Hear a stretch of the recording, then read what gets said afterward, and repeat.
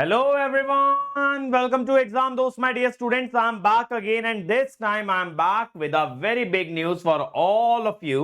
बेटा बार्क का नोटिफिकेशन आ चुका है। बार्क ने सारी डिटेल्स बता दी है कि इस बार कैसे और कब रिक्रूटमेंट होने वाला है, तो उसी विषय पे चर्चा करेंगे इस वीडियो के अंदर। फटाफट सभी लोग एक बार इस सेशन को लाइक कर देंगे, शेयर कर देंगे और चैनल पे अगर पहली बार आ रहे हो तो सब्सक्राइब करके वो बेल आइकन दबाना ना भूलें।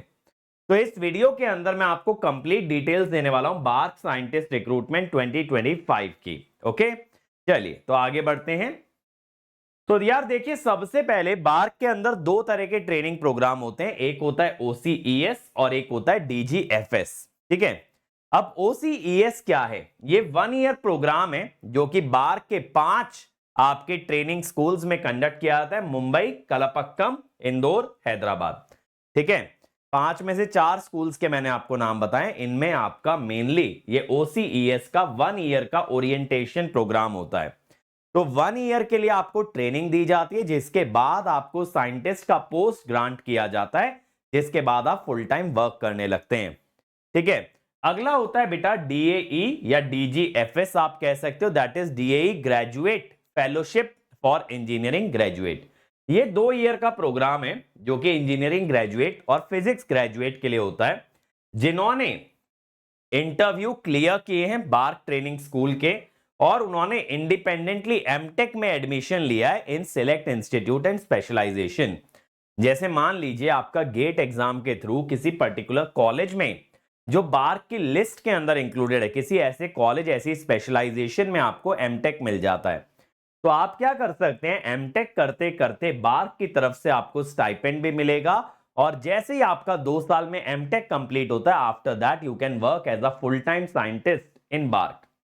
तो यार यहां पे क्या फायदा है? यहां पे ये कि आपको एमटेक की डिग्री तो मिल ही रही है, जिसके लिए आप गेट के माध्यम से आप किसी कॉलेज, IIT, ISC के अंदर जा रहे हैं, but at the same time आपको बार्क के अंदर रिक्रूटमेंट भी मिल रहा है, माने कि आपको जॉब की परवाह नहीं करनी पड़ेगी, प्लस आपको स्टाइपेंड भी मिल रहा है।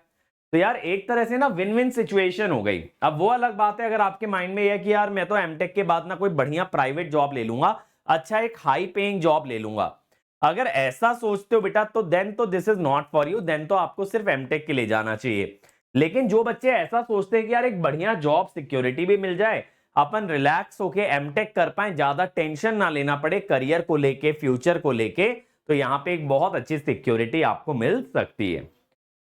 अब ये देखिए यार, OCES में स्टाइपेंड मिलेगा 74,000 पर मंथ। आप सोच सकते हो 74,000 का stipend during the period of training and a one time book allowance of 30,000। 30,000 रुपए आपको स्टडी मटेरियल, बुक्स, है ना, इस तरह की चीजें खरीदने के लिए दिए जाएंगे। अब इसके बाद DGFS को 74,000 पर मंथ मिलेगा 2 साल के लिए और एमटेक की फीस भी आपकी रिइंबर्स की जाएगी, यानी आपका कोई खर्चा भी नहीं हुआ एमटेक करने में, एमटेक की डिग्री भी मिल गई और साथ साथ पर मंथ आपको 74,000 रुपीज भी मिल गए। तो यार एक चीज सोचो, एक अच्छी लाइफ जी सकते हो अलोंग विद द एमटेक। अब ये देखिए, additionally one time contingency grant आपको मिलता है 60,000 for 2 years to meet MTech project related expenses. आप एमटेक में जो थीसिस लिखेंगे, जो प्रोजेक्ट करेंगे, उसमें भी आपका खर्चा आएगा, बार्क को उसकी भी चिंता है, इसीलिए एक बार आपको 60,000 रुपए उसके लिए दिए जाएंगे, along with additional funding up to a sum of rupees 4 lakh under BRNS fast track project scheme. ठीक है, अब देखिए अगर आपका कोई ऐसा प्रोजेक्ट है एमटेक में या किसी ऐसी चीज पे आप रिसर्च कर रहे हो जो कि बार्क के इंटरेस्ट की है या उस प्रोजेक्ट में वो इन्वेस्ट करना चाहेंगे, तो कहीं ना कहीं आप अपने प्रोजेक्ट को एक तरह से पिच कर सकते हो बार्क को, and if they really feel they should invest in that project, तो 4 लाख तक का इन्वेस्टमेंट आपके प्रोजेक्ट में कर सकते हैं। ठीक है, 4 लाख तक का इन्वेस्टमेंट आपके प्रोजेक्ट में कर सकते हैं, again which is very good. ये उन बच्चों के लिए जो बेटा बहुत सीरियस हैं अपने एमटेक को लेके, जो कि जेन्युइनली कोई ऐसा बेहतरीन काम कर दिखाना चाहते हैं एमटेक में, कुछ इंपैक्ट क्रिएट करना चाहते हैं, किसी बड़े प्रोजेक्ट पे काम करते हैं, तो अगेन आपको अपनी जेब से पैसा डालने की चिंता नहीं करनी है। अब ये देखिए, आपका दोनों ही सिचुएशन में साइंटिफिक ऑफिसर लेवल 10 पे प्लेसमेंट होगा, जिसका बेसिक पे है 56,100। ठीक है, monthly emolument with 3 increment at the time of joining including DA, HRA and transportation allowance. ठीक है, तो मुंबई में प्रेजेंटली ये आपका टोटल जुड़ के आ जाता है 1,34,000, जिसमें डीए, टीए, एचआरए ये 3 चीजें आपकी ऐड होती हैं अबव द बेसिक पे। तो आप ये सोचिए 1 साल के या 2 साल के बाद बेटा जो आपकी सैलरी होगी, शायद वो आपको कोई पीएसयू भी मुश्किल ही दे पाएगा, और प्राइवेट सेक्टर तो किसी फ्रेशर को कभी इतना पैकेज ऑफर कर ही नहीं सकता है। खास करके हमारी जो कोर ब्रांचेस होती हैं लाइक इलेक्ट्रिकल, ईसी, मैकेनिकल, इन सब में इतना पैकेज पर मंथ मिल पाना ना के बराबर चांस है। ओके, अब ये देखिए अदर अलाउंसेस जैसे LTA, leave travel concession by air. ठीक है, आपको हर साल एक तरह से जब आप फ्लाइट से ट्रैवल करेंगे उसमें आपको कंसेशन मिलेगा every year up to first 8 years and once in 2 years after that. पहले 8 साल में हर साल आपको कंसेशन मिलेगा, उसके बाद हर 2 साल में। ठीक है, चिल्ड्रन एजुकेशनल अलाउंस, जब आपके बच्चे हो जाएंगे, शादी कर लोगे तो उनकी एजुकेशन का भी आपको फंड मिलेगा। प्रोफेशनल अपडेट अलाउंस, यानी अगर आप अपनी स्किल सेट को अपडेट करना चाहते हैं, कोई नई से स्किल सीखना चाहते हैं, उसका खर्चा भी बार्क देगा। पीआरपी, तो पीआरपी होता है परफॉर्मेंस रिलेटेड पे, जिनको इन्होंने लिख दिया परफॉर्मेंस रिलेटेड इंसेंटिव स्कीम, यानी अगर आप जेन्युइनली हार्ड वर्किंग है, वहां जाके आप बहुत बेहतरीन तरीके से एफर्ट डाल रहे हैं, तो उसके ऊपर भी आपको बोनस मिलेगा। ठीक है, other than that a comprehensive health scheme, contributory health scheme और equivalent for employees and their dependent family member. Contributory का क्या मतलब होता है बेटा? ये जो हेल्थ इंश्योरेंस होता है ये आपकी सैलरी का पार्ट होता है, यानी कि इसका कंपोनेंट कंपनी तो पे करती है बट ये आपकी सैलरी में से भी कटता है। ऐसी हेल्थ स्कीम आपको और आपके फैमिली मेंबर्स को दी जाती है। ये जनरली बेटा ट्रेंड होता है हर पीएसयू और प्राइवेट सेक्टर कंपनी में कि आपको हेल्थ इंश्योरेंस दिया जाता है फॉर अ सर्टेन अमाउंट, जो आप अपने लिए और अपने परिवार जनों के लिए उसको अवेल कर सकते हो।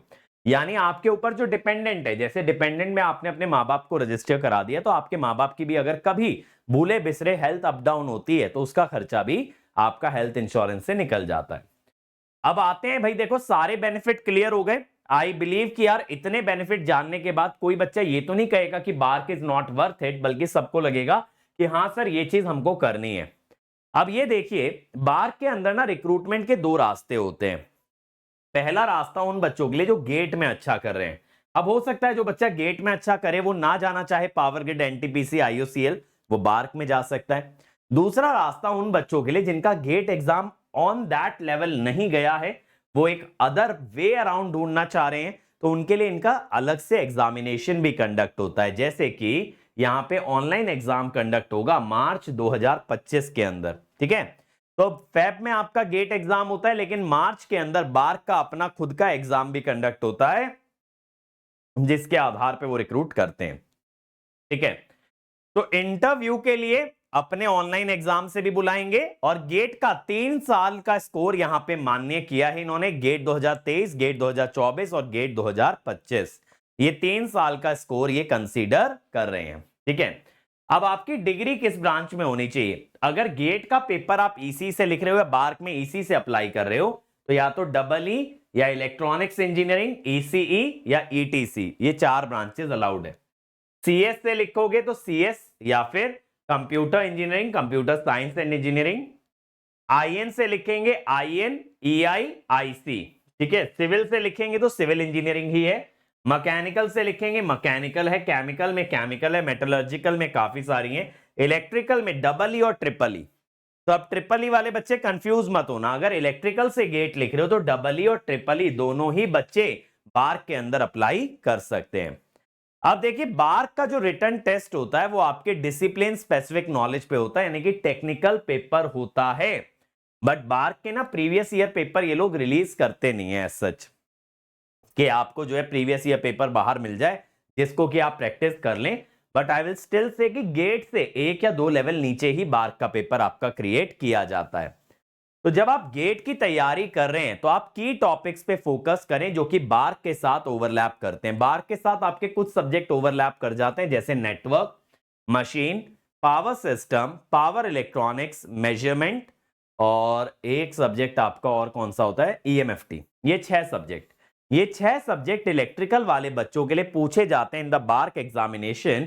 कभी कभार सवाल आपका कंट्रोल सिस्टम, सिग्नल सिस्टम से भी बन सकता है, बट मेजॉरिटी आपके यही 6 सब्जेक्ट पूछे जाते हैं। ठीक है, अब गेट जो है आपका थ्योरी भी कभी कभी पूछ लेता है, लेकिन बार्क के अंदर बहुत हाई चांस है कि थ्योरी क्वेश्चन ना के बराबर आएंगे, ज्यादा फोकस न्यूमेरिकल पे रहेगा। बट फिर भी मैं आपको ये रिकमेंड करूंगा कि बार्क के लिए भी ना आप अपना थ्योरी वाला पार्ट क्लियर रखिएगा, क्योंकि यहां नंबर ऑफ क्वेश्चन ज्यादा होते हैं। नंबर ऑफ क्वेश्चन ज्यादा होने के कारण जो लेवल ऑफ क्वेश्चन होता है वो थोड़ा सा लेस रहता है, तो थ्योरी कभी कभी यहां पे भी पूछ ली जाती है। ठीक है, पहले ऐसा होता था यार कि बार का पेपर ना काफी डिफिकल्ट भी बना देते थे, लेकिन अब जो है ना आपका इजी टू मॉडरेट बनता है, कुछ ही क्वेश्चन डिफिकल्ट के रेंज में जाते हैं, इसीलिए थ्योरी वाला पार्ट भी क्लियर रखना, सिर्फ न्यूमेरिकल न्यूमेरिकल न्यूमेरिकल मत करते रहना। अब देखो यार, दोनों एग्जाम्स के अंदर गेट और बार के अंदर काफी ओवरलैप है। ठीक है, स्पेशली आपका टेक्निकल सिलेबस गेट का सबसेट हो जाता है, इसीलिए सबसे अच्छी बात क्या है ना कि बार का एग्जाम गेट के इमीडिएटली बाद होता है। तो इससे पहले कि आपका टच छूटे, इससे पहले कि आप भूल जाएं गेट वाले सब्जेक्ट्स को, उसके पहले बार्क अपना एग्जाम कंडक्ट करा लेता है। और इसके अंदर जैसा मैंने बताया, मेन तो आपके कोर सब्जेक्ट ये machine, power system, power electronics, measurement, EMFT और इवन नेटवर्क, ये इतने कॉमन सब्जेक्ट्स हैं या इतने इंपॉर्टेंट सब्जेक्ट हैं गेट पॉइंट ऑफ व्यू से भी, कि अगर ये आपको अच्छे से आते हैं तो आप गेट एग्जाम के बाद सिर्फ और सिर्फ प्रैक्टिस पे फोकस कर सकते हैं। अब इलेक्ट्रिकल वालों के लिए सबसे बड़ा बेनिफिट क्या है कि यार आपका गेट एग्जाम जो है ना फेब फर्स्ट और सेकंड में निपट जाएगा, आईएन और इलेक्ट्रिकल दोनों का। अब आपके पास तकरीबन 1 से 1.5 महीना रहेगा सिर्फ बार की तैयारी करने के लिए, जिसमें कि आपके कॉन्सेप्ट तो फ्रेश होंगे। भाई आप गेट देकर के आ रहे हो, तो ऐसा तो है नहीं ना कि एग्जाम में आप लेके गए थे, फॉर्मूले आपको याद थे, बाहर निकलते ही दिमाग से छू मंतर हो गए, ऐसा कभी नहीं होता। तो आपके दिमाग में कॉन्सेप्ट बैठा हुआ है। अब आपको आने के बाद क्या करना है, 1 या 2 दिन का ब्रेक लेके आप अपना प्रैक्टिस स्टार्ट कर लीजिए बार के क्वेश्चंस के लिए। ये एग्जाम आपका 2 घंटे का होता है, 3 घंटे का नहीं होता। इसीलिए बेटा आप जब आप गेट के बाद प्रैक्टिस करेंगे तो गेट की तरह प्रैक्टिस नहीं करेंगे, आप टाइमर लगा के प्रैक्टिस करेंगे, आप बार के पैटर्न में प्रैक्टिस करेंगे। जैसे 2 घंटे का अगर पेपर है तो आप 1-1 घंटे के प्रैक्टिस सेशन बना सकते हैं या 2-2 घंटे के प्रैक्टिस सेशन बना सकते हैं, लेकिन यहां पे स्पीड और एक्यूरेसी दोनों पे फोकस करना पड़ेगा, क्योंकि बार के लिए जो स्पीड चाहिए वो गेट एग्जाम से ज्यादा स्पीड रिक्वायर्ड होती है। अब यहां देखिए 100 क्वेश्चन आते हैं, 120 मिनट का आपको टाइम मिलता है, हर क्वेश्चन +3 -1 मार्किंग का होता है। ठीक है, बड़ी सिंपल सी मार्किंग स्कीम है, +3 -1, 300 मार्क्स का पेपर है। तो यहां पे बेटा आपको ना नेगेटिव का भी ध्यान रखना है, क्योंकि अगर आप ज्यादा अटेम्प्ट करने जाओगे in order to get a high score, तो कहीं ऐसा ना हो नेगेटिव मार्किंग की वजह से आपका स्कोर और लो चला जाए। तो 2 घंटे में 100 क्वेश्चन आपको बनाने हैं, तो जब आप प्रैक्टिस कर रहे हैं तो आप पर आवर 50 क्वेश्चन का प्रैक्टिस इस टाइप से भी लेके चल सकते हैं। ओके, अब ये देखिएगा बेटा 2024 के लिए इलेक्ट्रॉनिक्स में सीबीटी एग्जाम का कट ऑफ गया था 89, इंस्ट्रूमेंटेशन में 52, इलेक्ट्रिकल में 116, गेट का कट ऑफ स्कोर ये गया था, गेट का कट ऑफ स्कोर आपका ये गया था। ओके, तो ये सारी इंफॉर्मेशन आपको क्लियर रखनी है बेटा कि एग्जाम में क्या आपको परफॉर्मेंस देना है। और वैसे मुझे लगता है ना ये जो है मार्क्स नहीं होंगे, क्योंकि आउट ऑफ 300 इतना कम मार्क्स पे आपका कट ऑफ नहीं जाएगा। तो I am not completely sure about this data about the CBT exam, but हाँ गेट का कट ऑफ स्कोर आपका लो, बहुत हाई नहीं जाता, मॉडरेट टू हाई जाता है। ठीक है, बार के लिए जो गेट स्कोर का कट ऑफ होता है it is not very high, it is just moderate to high. But आप ये टारगेट कीजिएगा जब आप एग्जाम देने जा रहे हैं तो एटलीस्ट आपका टारगेट 200 मार्क्स का होना चाहिए, जिससे कि आप जितना हाई स्कोर कर पाए उतना बेटर है। बट अभी से क्या है, बार के लिए आपको अलग से कुछ करने की जरूरत नहीं है। पहली स्टेज आप गेट एग्जाम क्रैक कीजिए, फिर गेट के साथ जो ओवरलैपिंग सिलेबस है बार का, क्योंकि बार का सिलेबस जैसे मैंने बताया गेट का सबसेट है, तो गेट एग्जाम से निकलने के बाद बेटा आप क्या करेंगे, आप गेट एग्जाम से निकलने के बाद बार के लिए प्रैक्टिस करेंगे। अब देखो मैं आपको एग्जाम दोस्त के बारे में बता दूं यार थोड़ी सी चीजें। एग्जाम दोस्त पे अभी चल रहा है आपका न्यू ईयर ऑफर। ठीक है, न्यू ईयर ऑफर में हमारे नए बैचेस आपके स्टार्ट हुए हैं। देखो हमारी वेबसाइट एक बार देख लो, examdost.com। गेट के लाइव कोर्सेज हैं, गेट के रिकॉर्डेड कोर्सेज हैं, गेट के सब्जेक्ट वाइज कोर्सेज हैं, एजेई कोर्सेज हैं, प्लस टेस्ट सीरीज भी यहां पे आपके पास अवेलेबल है। ठीक है, अब गेट के लाइव बैचेस में जाएंगे तो एक है सब्सक्रिप्शन। सब्सक्रिप्शन में आपको सारे कोर्स मिलते हैं, electrical, EC, IN, comprehensive, crash test series, AJE, सब कुछ मिल जाता है। तो इसमें जितने भी कोर्स हम एग्जाम दोस्त पे डालेंगे सारी चीजें इसके अंदर इंक्लूडेड रहेंगी, आपको एक भी रुपया ऊपर नहीं देना है। बट अगर सिर्फ आपको गेट 2026 की तैयारी करनी है तो इलेक्ट्रिकल का है संकल्प 2.0 बैच, ईसी का अल्फा 2.0 बैच, ऐसे ही 27 के लिए इलेक्ट्रिकल का है नीव 2.0 बैच, ईसी का इलेक्ट्रॉन 2.0 बैच। ठीक है, नीव 2.0 बैच और ईसी का इलेक्ट्रॉन 2.0 बैच, ये 4 बैचेस आपके हैं गेट 26 और 27 के लिए। अब इन पे सभी पे 30% ऑफ है यूजिंग द कोड EB30।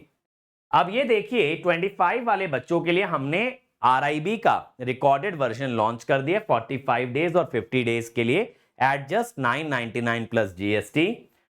ठीक है, इसको आप इस्तेमाल कर सकते हैं आपकी बार की तैयारी के लिए भी। और अगर आपको गेट 2026 या 27 के लिए रिकॉर्डेड कोर्स चाहिए तो देखिए गेट एंड ESE का रिकॉर्डेड है जिसमें पूरा टेक्निकल हम दे रहे हैं, नॉन टेक्निकल यहां आपको सौरभ सर की तरफ से आरोहन एजुकेशन की ऐप पे मिलेगा। तो अगर आप इस टेक्निकल कोर्स को परचेज करते हैं तो नॉन टेक्निकल में आपको डिस्काउंट मिल जाएगा। आफ्टर दैट सिर्फ अगर गेट का आपको रिकॉर्डेड चाहिए तो गेट का रिकॉर्डेड कोर्स भी है, इस पे भी 30% ऑफ है। लेकिन अब ये सब्सक्रिप्शन और रिकॉर्डेड कोर्सेज पे बेनिफिट क्या है कि 30% ऑफ होने के साथ एक्स्ट्रा मंथ भी आपको मिल रहे हैं। 12 मंथ्स पे 3 मंथ्स एक्स्ट्रा, 24 पे 6 मंथ्स एक्स्ट्रा। कोड लगाना है सेम EB30। और ऐसे ये देखिए कोर और नॉन कोर वाले सब्सक्रिप्शन भी, अगर किसी को सिर्फ कोर सब्जेक्ट मुझसे पढ़ना है या नॉन कोर सब्जेक्ट पढ़ना है तो उसके लिए भी कोर्सेज अवेलेबल हैं। ठीक है, अब सब्जेक्ट वाइज भी कोर्सेज अवेलेबल हैं बेटा, इन पे भी फ्लैट 30% ऑफ है using the code EB30। AJE courses पे देखिए RRB JEE CBT 2 का बैच लॉन्च किया है जिसपे 40% ऑफ दे रहे हैं यूजिंग RRB40। क्या कोड है? RRB40। और वहीं SSC JEE और बाकी के कोर्सेज पे 50% ऑफ है यूजिंग द कोड DW50। क्या कोड है? DW50। अब अगर टेस्ट सीरीज पे जाएंगे बेटा तो टेस्ट सीरीज में हमने मॉक टेस्ट सीरीज लॉन्च कर दी है। इसका प्राइस है 10 मॉक टेस्ट का सिर्फ 99 प्लस GST। कितना? 99 प्लस GST इलेक्ट्रिकल EC। और फुल टेस्ट सीरीज पे हम आपको 50% ऑफ दे रहे हैं। यहां पे आपको कोड लगाना है EDT50, एग्जाम दोस्त टेस्ट 50, EDT50 कोड लगाइएगा, आपको 50% ऑफ मिल जाएगा। बाकी हमारी बुक्स भी अवेलेबल है बेटा। बुक्स में देखिए अगर आपको रिवीजन के लिए क्वेश्चन बैंक चाहिए प्रयास प्रो, आपको end to end question bank चाहिए तो प्रयास के लिए जाइए, और प्रीवियस ईयर क्वेश्चन के लिए PYQ बुक भी आपकी अवेलेबल है। इन सभी किताबों पे आपको 10% ऑफ मिलता है यूजिंग द कोड वेलकम 10। तो आई होप कि सारी चीजें आपको अच्छे से क्लियर हैं। बाकी बार के एग्जाम को लेके जो भी आपके मन में क्वेरी रहती है जरूर कमेंट सेक्शन में हमको बताइएगा। We will be happy to read all the comments and reply to your comments. Thank you.